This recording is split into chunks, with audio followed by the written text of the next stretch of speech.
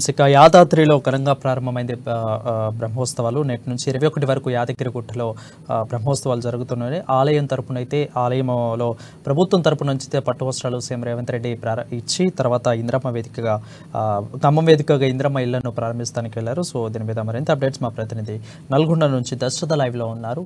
దశరథ చెప్పండి. Thank you Varun.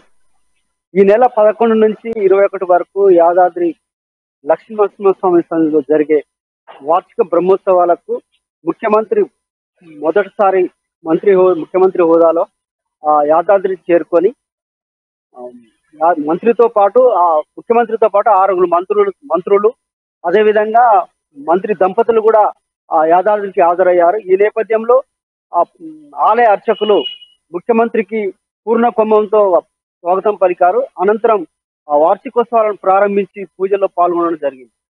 ముఖ్యంగా ఈరోజు మంత్రులతో పాటు ముఖ్యమంత్రి కూడా పాల్గొనడంతో పెద్ద ఎత్తున ప్రజలు కూడా తరలి రావడం జరిగింది. ఏదేమైనప్పటికీ వార్షికోత్సవాలను ప్రారంభించిన అనంతరం స్వామివారిని దర్శించుకొని ప్రత్యేక పూజలు నిర్వహించడం జరిగింది.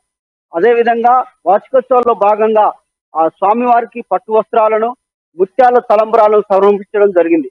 అనంతరం నేరుగా భద్రాచలం చేరుకొని అక్కడ సీతారామచంద్ర స్వామి వారిని దర్శించుకొని అనంతరం ఖమ్మం జిల్లాలో జరిగే ఇంద్రమ్మ ఇళ్ల పథకాన్ని ప్రారంభించడం జరిగింది.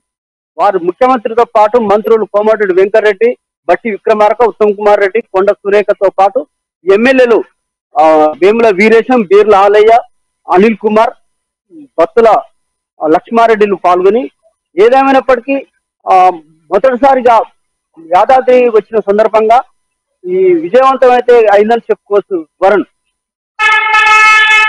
కూడా యాదగిరిగుట్ట బ్రహ్మోత్సవాలు అయితే జరగనున్నాయి. ఈ నేపథ్యంలో ప్రజలకు ఆలయ అధికారులు కానీ ఇటు గవర్నమెంట్ కానీ ఎలాంటి ఏర్పాట్లు చేశారు దశరథ?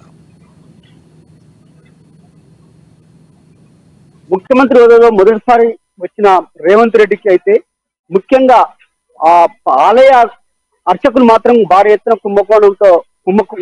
పూర్ణ కుంభంతో స్వాగతం పలకడంతో పాటు ప్రత్యేక ఏర్పాట్లు చేసి భక్తులను కూడా ఎవరిని రానియకుండా అక్కడ ఏర్పాటు చేయడం జరిగింది. అదేవిధంగా ముఖ్యమంత్రి గారు ముఖ్యమంత్రి హోదాలో తొలిసారి విచ్చేయడంతో పెద్ద ఎత్తున అక్కడ జరిగిన కార్యక్రమాల్లో పాల్గొని వార్షికోత్సవాలను ప్రారంభించడం జరిగింది వరుణ్.